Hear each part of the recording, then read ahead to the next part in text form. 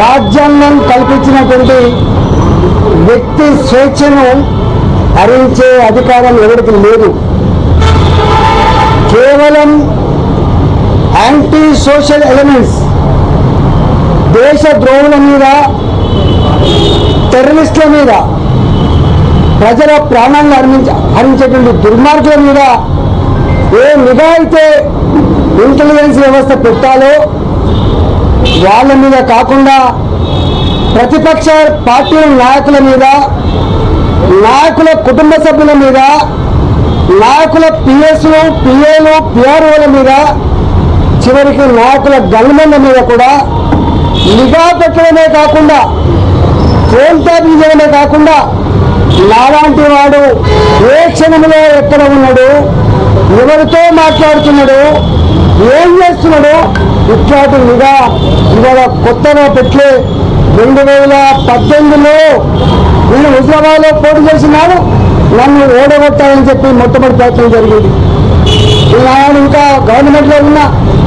2021లో Huzurabad by elections వస్తే 6 నెలల కాలం పాటు అక్కడ ఎన్నికల ప్రచారం జరిగితే పొద్దున్న సాయంత్రం నేను ఏ కార్యకర్తతో మాట్లాడుతున్నా, ఏ ప్రజలతో మాట్లాడుతున్నా, ఏం మాట్లాడుతున్నా ఇవన్నీ కూడా ట్యాప్ చేసి రాత్రి కల్లా వాళ్ళ ఇళ్ళలో పోయి బిడ్డను ఇతర ఆయనతో మాట్లాడినావు, ఇది మాట్లాడినావు, నువ్వు ఆయనకు కనుక సపోర్ట్ చేస్తే నీకు నష్టం జరుగుతుంది, లేకపోతే నీకు ఒక ప్రలోభం పెడతా అని చెప్పి డబ్బుల ఆశ చూపి, పదవుల ఆశ చూపి, అధికారంతో బెదిరించి ఇవాళ ఓడగొట్టేటువంటి దుర్మార్గంగా ప్రయత్నం చేసినట్టుగా ఇవాళ వందల ఎవిడెన్సెస్ ఇవాళ ఇక్కడ చూపించడం జరిగింది. మా నాయకుల మధ్య జరిగిన సంభాషణలు కూడా ఇవాళ కాల్ లెటర్లో వాళ్ళు చూపించడం జరిగింది. 2023లో గజ్వేల్లో పోటీ చేసినప్పుడు కానీ, మళ్ళీ హుజరాబాద్లో పోటీ చేసినప్పుడు కానీ ఇదే దుర్మార్గమైనటువంటి పద్ధతి కొనసాగింది.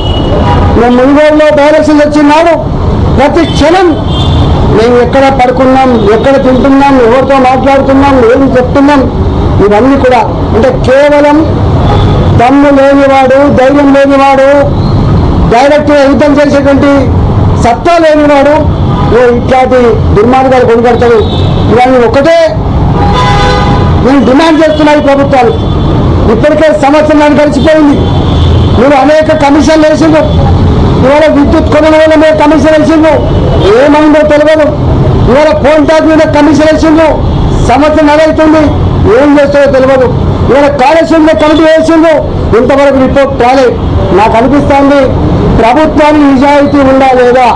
ఇవాళ బీఆర్ఎస్ బీజేపీ ఒకటని చెప్పి మాట్లాడేటువంటి రేవంత్ రెడ్డి గారు సమాధానం చెప్పవలసింది.